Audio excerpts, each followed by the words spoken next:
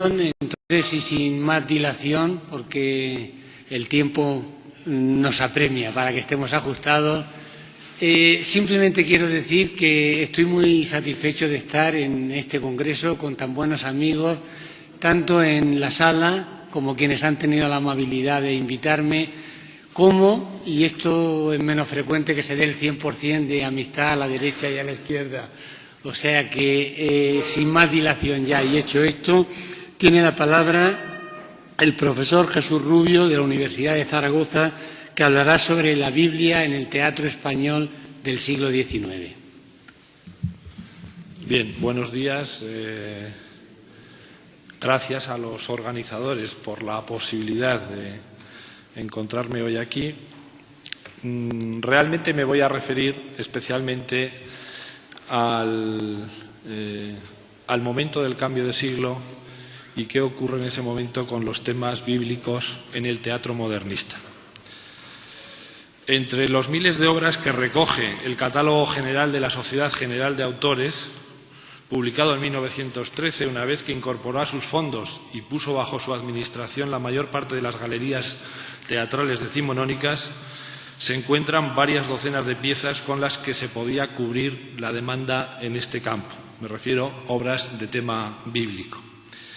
Y no son sino una parte de las existentes, ya que en muchos otros lugares representaban versiones propias de pasajes bíblicos. La variedad de registros genéricos es notable, abarcando desde la comedia, el drama o la zarzuela, al monólogo o la parodia, porque la Biblia, evidentemente, al ser un referente cotidiano, proporcionaba inspiración para dramatización de pasajes relevantes, pero también muchos de sus personajes destacados comparecen en los títulos con un carácter alusivo, cuya intención hay que concretar en cada caso. Durante la Navidad, como es sabido, se representaban en torno al nacimiento de Cristo y de la adoración de los Reyes Magos piezas como las que voy a citar a continuación, simplemente a título de ejemplo, o también había otro momento del año que coincide naturalmente con la Pasión, con la Semana Santa, que daba lugar a cantidad de piezas. Las denominaciones genéricas que utilizo son las del propio catálogo de la sociedad y que realizó Sinesio Delgado, y son puramente indicativas. Después también habría que entrar realmente a ver un poco los contenidos. Eran habituales entonces zarzuelas como La cuna de Jesús, con libreto de Isidro Soler y música de Muñoz, En el portal de Belén o El nacimiento del Mesías, La huida a Egipto, El nacimiento del Mesías o a Belén. Es decir, es un título que se reitera, como digo, en muchísimas ocasiones. Comedias con el título como La adoración de los santos reyes, La cuna del Mesías, La cuna del niño Dios, La estrella de Belén, de José María Gutiérrez de Alba, La huida a Egipto o La degollación de los inocentes. Y había algunos motivos que especialmente daban lugar a más versiones. Sobre todo me refiero al tema de la adoración de los pastores. Alguien que quiera hacer un estudio monográfico al respecto, yo le recomendaría que acuda a este catálogo y trate de localizar las obras, porque realmente se recopila todo lo que en las galerías decimonónicas se había ido dando a conocer y también se añaden obras nuevas. El único problema es, pero se indica con un asterisco, las obras que están impresas y las obras que estaban simplemente manuscritas. Después es sabido que este gran fondo teatral, en un momento determinado, cuando la sociedad de autores se trasladó de domicilio, sencillamente lo vendieron todo a peso de papel. Son toneladas, son estos dramas de la historia teatral española y de la historia cultural española. Si pasáramos un poquito a las piezas relativas a la pasión y muerte de Cristo, realmente volvemos a encontrarnos también con una gran cantidad de piezas, zarzuelas: Jesús, el mártir del Gólgota, La pasión de Jesús, Pasión y muerte de Jesús.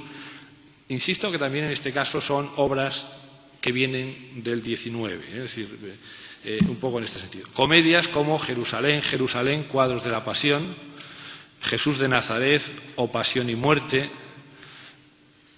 Ahí habría que añadir otro tipo de obras más cercanas temporalmente, como Jesús de Nazaret, de Ángel Guimerá. Durante el siglo XX, como sabemos, se ha continuado añadiendo a este posible catálogo nuevas piezas tanto del ciclo navideño como de la Semana Santa. Esto no es realmente sino lo más evidente de la Biblia como referente dramático, porque opera mucho más todavía y se encuentra todavía mucho más vigente en otros ámbitos. Sin salir de la cultura popular, pero en otro ámbito de la cultura popular, continuaba dando lugar a genuinos productos que aún hoy son recordados, como puede suceder con La corte de Faraón, de Guillermo Perrín y Miguel de Palacios, con música de Vicente Lleó, con un tratamiento caricaturesco de determinados pasajes bíblicos a medio camino entre la opereta cómica y la parodia. No muy distinto, en último término, sería una pieza como Simón era un lila, de Enrique López Marín, parodia, como es sabido, de la ópera Sansón y Dalila, de Camille Saint-Saëns, y ni con mucho se agotaría el asunto. Sinesio Delgado, por ejemplo, por reiterar un nombre que ya ha salido, firmó un Sansón y Dalila en 1910, o Juan Arlanzón, un monólogo con igual título. A uno le gustaría saber de qué demonios trataba una zarzuela como es la de Enrique Zúmel, con música de Luis Conrod, titulada El Sansón de Alfajarín, ¿no? Es decir, que nos lleva y nos saca un poquito esto, quizás alguien después nos pueda decir algo. Bueno, el teatro llamado psicalíptico o simplemente erótico utilizó nombres bíblicos profusamente, y por ahí comparecen nombres como las hijas de Eva, las hijas de Lot, las hijas de Zebedeo, la hija de Jefté, la mujer de Lot, Magdalena o la mujer adúltera, María Magdalena, o algún título como más provocador, diría yo, la esposa de Putifar. Es decir, que deja un poquito ahí en el aire ciertas sugerencias. Realmente los nombres bíblicos utilizados en títulos de piezas teatrales es todo un mundo, empezando por Adán y Eva, zarzuela con libreto de José María Martín, la homónima de José Marco, Adán y Eva, y hasta los años de las vanguardias llegan este tipo de piezas, cuando los hijos de Eva no son los de Adán, de Benavente, que fue de inmediato además parodiada por Guillermo Hernández Mir en una obra titulada Cuando los hijos de Adán no son los de Evarista. En el teatro cómico se espigan muchos otros ejemplos, ¿no? La costilla de Adán, fantasía cómico-lírica en un acto de Antonio Fernández Lepina. Pedro Muñoz Seca añade títulos como El drama de Adán, el monólogo Adán y Evans. De Edgar Neville tenemos una Eva y Adán, es decir, que la onomástica es abundantísima.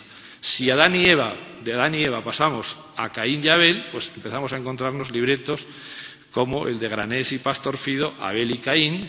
Se puede seguir con la Torre de Babel, una nueva Torre de Babel, el Arca de Noé. Es decir, realmente es todo un mundo, y lo que habría que hacer es ir realmente después a comprobar qué contenidos son, porque muchas veces es un simple pretexto, o entramos, como digo, en el terreno de la opereta, en el terreno de la parodia. Insisto, es todo el mundo. Bueno, no es mi intención aquí hacer juegos malabares combinando nombres y títulos, sino que quisiera perfilar en estos pocos minutos de que dispongo de un horizonte nuevo y distinto, que es el horizonte modernista, y qué ocurre realmente con los temas bíblicos en este horizonte. Cuando fueron asuntos ligados al año litúrgico los motivos elegidos por los modernistas, lo hicieron ya con una voluntad muy diferente a la que caracterizaba su uso en la tradición. Les movían, claro, motivaciones estéticas y no doctrinales, y estos asuntos fueron objeto de experimentaciones artísticas y no de aleccionamiento religioso. Voy a recordar un par de ejemplos y yo creo que se entiende suficientemente. Navidad, milagro escénico de Gregorio Martínez Sierra, estrenado en el Teatro de Arte en 1917, fue un auténtico despliegue, haciendo que convergieran diferentes artes en un espectáculo, y la misma edición es una edición artística en la que al texto primorosamente cuidado, en su parte tipográfica se añaden toda una serie de reproducciones de cuadros históricos de grandes pintores sobre la misma temática.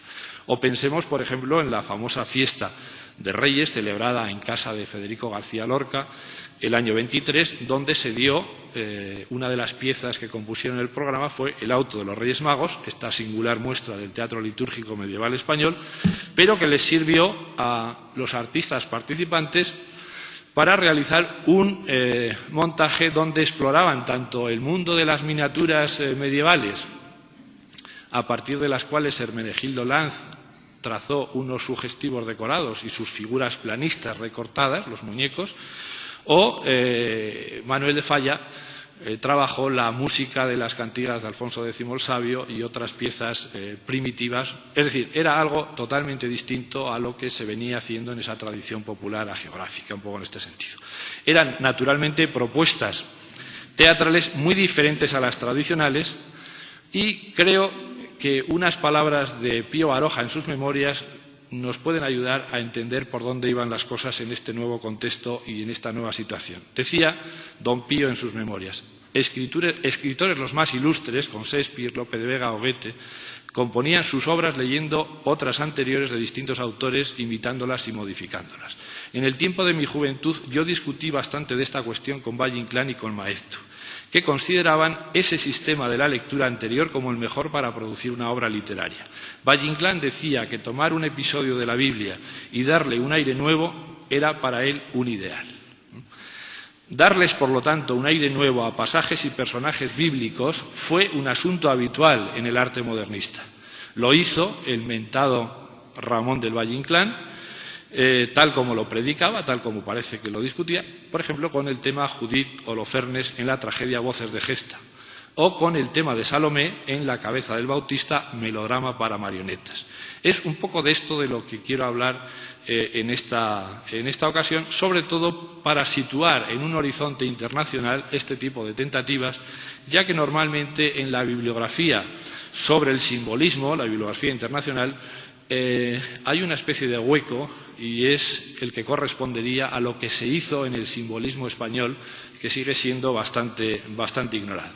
Y no debemos olvidar tampoco que durante aquellos años, hablo de los años del cambio de siglo, determinadas figuras bíblicas, en particular Jesucristo, se convirtieron en objeto de interpretaciones heterodoxas, pero que actualizaron su figura y su significación siguiendo tendencias internacionales que dieron lugar a grandes obras como La vida de Jesucristo de Renan o al peculiar cristianismo de Tolstoy, de gran impacto en los movimientos anarquistas.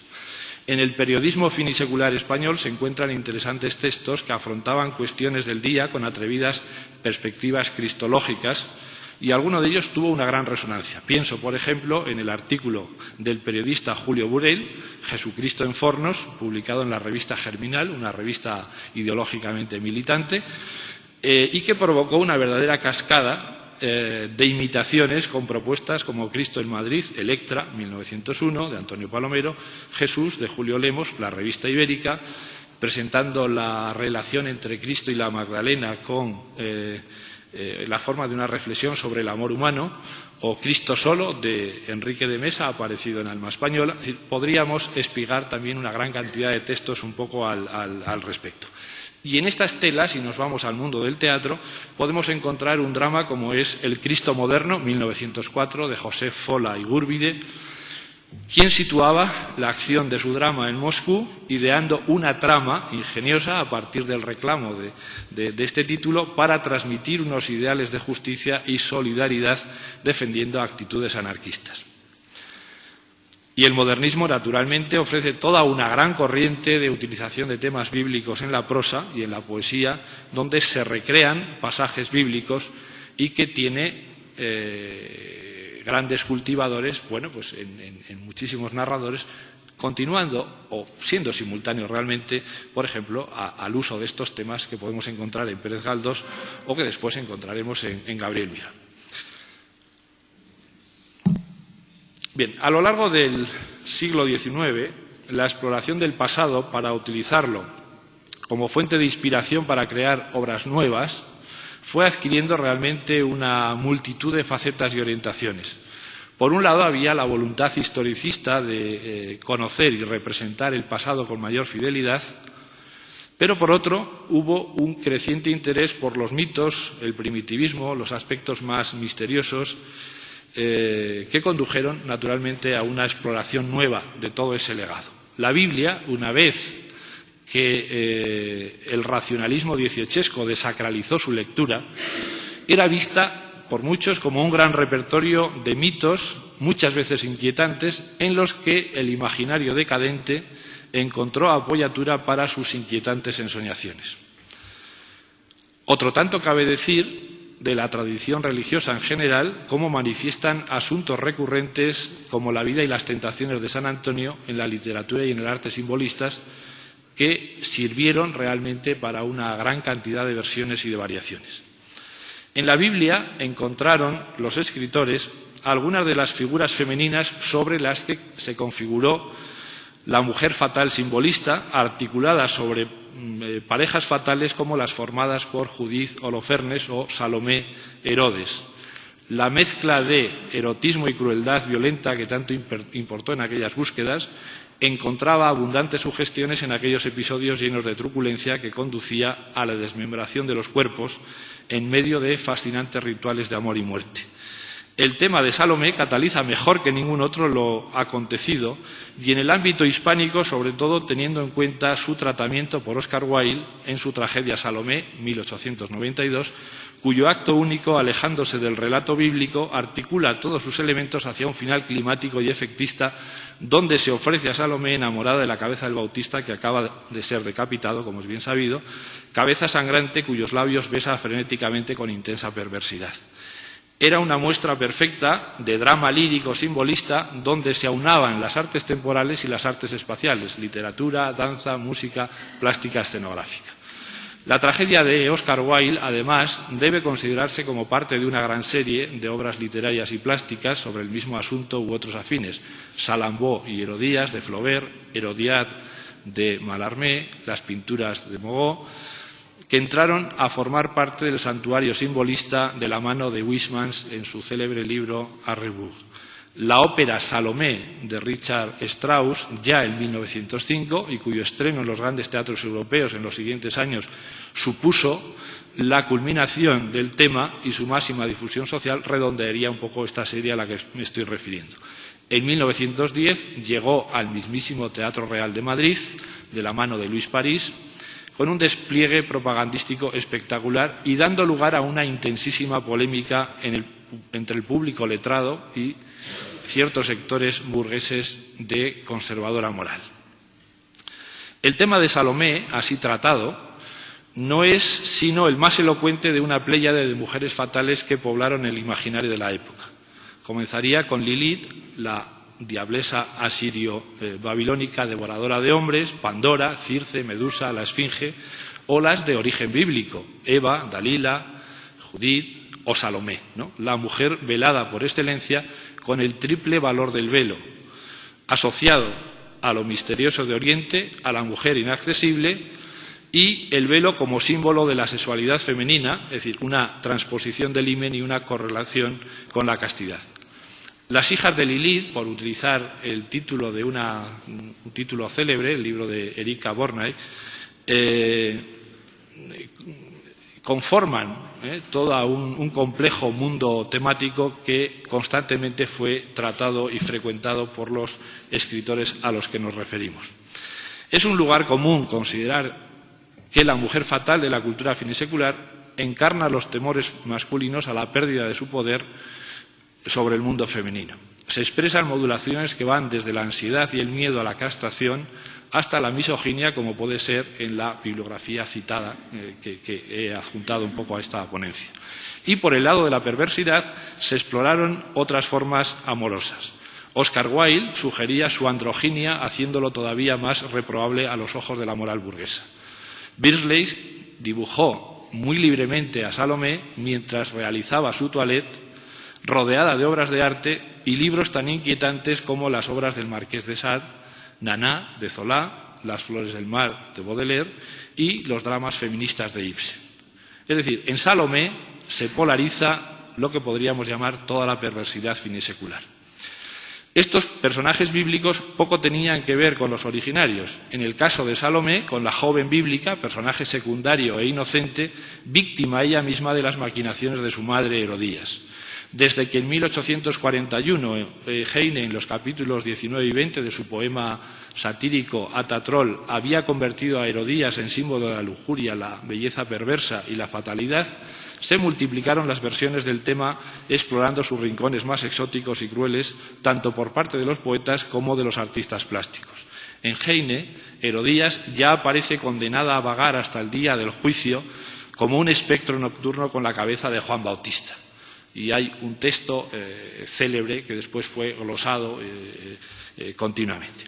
Este tratamiento del tema se transfirió después a Salomé, quedando fijado definitivamente el arquetipo por Oscar Wilde, con la mezcla de la fascinación que produce danzando y su fría crueldad. Son cientos, en realidad, las versiones del tema, y aquí solamente voy a poder enumerar, y un poco peleando con el tiempo, naturalmente, algunas de las más llamativas. Si hablamos de la plástica finisecular española, tendríamos las versiones de Julio Romero de Torres, de Hermenegildo Anglada Camarasa, Pablo Picasso o Salvador Dalí. En los escenarios, la representación del drama de Oscar Wilde ha ido acompañada con frecuencia de escándalos que se suman a los provocados por la homosexualidad del propio Wilde. Se esgrimieron todo tipo de argumentos para impedir su estreno. Ocurrió en España, por ejemplo, cuando Margarita Xirgu lo estrenó en Barcelona en 1910, desatándose una agria polémica por su moralidad, sobre todo más que en Barcelona, incluso cuando lo trajo también a Madrid, al Teatro Español en 1914. En Barcelona arropaba el estreno el Círculo Modernista de Adrià Gual, que hasta llegó a anunciar una edición en folletín en la revista Teatralia. Pero la compañía de la Xirgu fue expulsada del teatro principal donde actuaba. Hay que recordar que lo regía la Junta del Hospital de la Santa Cruz, en la que había varios sacerdotes, y tuvo que continuar sus funciones en el Teatre Nou del Paralelo, teatro especializado en vodevil. Lo curioso es que, en realidad, este montaje formó parte de un programa de variedades con todo lo que esto sugiere de desacralización y de acercamiento a otras formas de diversión popular. La Xirgu apareció descalza en escena y con el vientre al aire, con lo que las acusaciones de inmoralidad no se hicieron esperar, mientras que críticos modernos, como Bernardo García de Candamo, no dejaron de señalar que el espectáculo era un verdadero símbolo de lo nuevo. Todavía en 1921, Ortega y Gasset, en su ensayo Esquema de Salomé, realizó un acercamiento antifeminista insistiendo en la supuesta masculinidad del personaje por su actitud ante el amor. Para él, Salomé era una mujer depresa que se ha salido de su papel pasivo y se lanza caprichosamente a cumplir y a llevar a cabo sus fantasías. Con ser esto importante, no lo es menos la formalización del tema dentro de los cauces del drama lírico finisecular, el carácter poemático de la escritura, al igual que habían hecho otros simbolistas que dedicaron numerosos poemas al asunto o a otros asuntos cercanos. En otras palabras, estos dramas aparecen estrechamente ligados a la renovación del lenguaje lírico y en muchos casos fueron poetas los que escribieron versiones dramáticas, por lo que no es extraño que se califiquen como poema dramático o denominaciones afines. En la obra de Rubén Darío, el tema de la mujer fatal aparece con frecuencia y la imagen de Salomé acaba polarizándolo, por ejemplo, en Cantos de vida y esperanza. También Gómez Carrillo dio un tratamiento y es muy abundante el tema. Hay una monografía estupenda de Delfina Rodríguez Fonseca sobre el tema de Salomé en España que a quien pueda estar interesado le pueda facilitar un poco todo este tipo de cosas. Bien, si tuviéramos tiempo podríamos rastrear entonces tratamientos sucesivos un poco de los temas. Lo que Juana Toledano ha hecho, por ejemplo, en uno de sus trabajos, viendo fundamentalmente esta tonalidad lírica muy acorde con las nuevas tendencias del teatro en aquellos momentos. Quizás la persona que fue más que cultivó más reiteradamente este tipo de escritura fue Ramón Goy de Silva. Hay toda una estela de mujeres fatales en su producción y siempre presentó bajo el prisma de la tradición simbolista todos estos tratamientos. Al presentar su colección, la de los 7 pecados, que recoge varias piezas, lo hacía con esta breve dedicatoria que yo creo que es sintomático, muestra muy bien su deseo de integrarse dentro de una tradición. Decía Goy de Silva: a mis hermanos mayores, Gustavo Flaubert, Oscar Wilde, Gabriel de Anuncio, Mauricio Maeterlinck y Eugenio de Castro, entre los cuales yo soy el Benjamín porque he nacido el último. Es decir, es la voluntad de integrarse en una serie de producción de escritos un poco en este sentido. En Maeterlinck no era extraño el subtítulo de poema dramático En la intrusa, en los ciegos o interior. Y los españoles, como he dicho, adoptaron esta etiqueta bien completa o bien reduciéndola sencillamente a poema, que es por donde van nuestras versiones. Habría, por lo tanto, ahí diferentes series que podríamos y deberíamos configurar y analizar. La serie de Salomé, la serie de Judith, la serie del hijo pródigo. No puedo entrar en detalles. Además, hay también hoy comunicaciones que tratan, me parece, específicamente algunos de estos asuntos, y prefiero dejar indicado como posible marco, es decir, mis palabras que sirvan un poco de marco para concretar un poco después en este tipo de situaciones. Si nos ceñimos un poquito al tema de Salomé, sobre el que ya he hecho algunas indicaciones, vemos cómo, por ejemplo, Ramón Goy de Silva volvió sobre el relato bíblico adornándolo con numerosos detalles decadentes, ambientando la pieza en una mazmorra del Palacio de Herodes, donde los esclavos comentan la fiesta que se está celebrando arriba. Después llega la princesa Salomé, que sostiene un tenso diálogo con Yochanan. Está fascinada absolutamente por su figura y por su voz, y acabará decidiendo cortarle la cabeza porque no puede poseerlo de otra manera. Y cuando se la traen cortada, baila una danza, la danza de los 7 colores, absolutamente fascinada por la contemplación voxal. Es un tratamiento bastante tópico. No muy distinto es el tratamiento que da al tema Ramón Gómez de la Serna en Beatriz, que subtitula Narración mística en un acto, donde se evoca, además de la muerte del Bautista, el clima de admiración y hasta de veneración que produce en su entorno. No ya solo a Salomé, sino a todos sus seguidores dispuestos a seguir y a sufrir cualquier tipo de sacrificio por el Bautista. Podríamos seguir acumulando ejemplos, y creo que la culminación del tema es La cabeza del Bautista, melodrama para marionetas de Valle-Inclán, como es bien sabido, pero eligiendo ese camino del distanciamiento y de la profunda parodia, presentando los personajes como unos seres vulgares, degradados. Podríamos hacer la equiparación entre Salomé la Pepona, Herodes Don Igi y Juan el Bautista con el Jándaro. Y es todo una especie de ritual de parodia y de visión distanciada, evidentemente, del tema bíblico, un poco en este sentido. Como decía, hay muchas otras posibles series que se podrían y se deberían perfilar, pero que por razones de tiempo no voy ni siquiera a entrar en ellas, simplemente mencionarlas. Una de las más interesantes es la serie de Judith, sobre todo porque, además del tratamiento decadente, después hay otra línea que va a ser muy importante en el teatro español del siglo XX, que es lo que yo llamaría la vertiente política, a partir no ya del tipo de tratamientos decadentes como los que he mencionado, sino de tratamientos como el que le da Kaiser en La viuda judía, o Giraudoux en 1931 con una personalísima versión de Judith. Y dentro, entonces, del ámbito español deberíamos comenzar a repasar obras como Judith, Misteri en 3 actes, de Josep María de Sagarra, Judith y el tirano, 1945, de Pedro Salinas, Judith, de Alfonso Paso, Judith 44, de Pedro Laín Entralgo, Judith, 1973, de Juan Antonio Hormigón, o, por venirnos a fechas relativamente cercanas, Judita, de Lourdes Ortiz.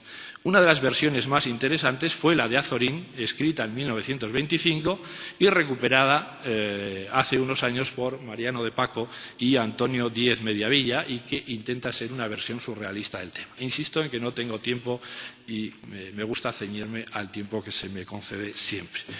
Termino, por lo tanto, simplemente indicando que, como habrán visto en este brevísimo repaso, acelerado repaso, más de títulos, cayendo en algo que he anunciado que no quería caer, que era el barajar nombres, títulos, pero por lo menos que quede un poquito indicado el camino.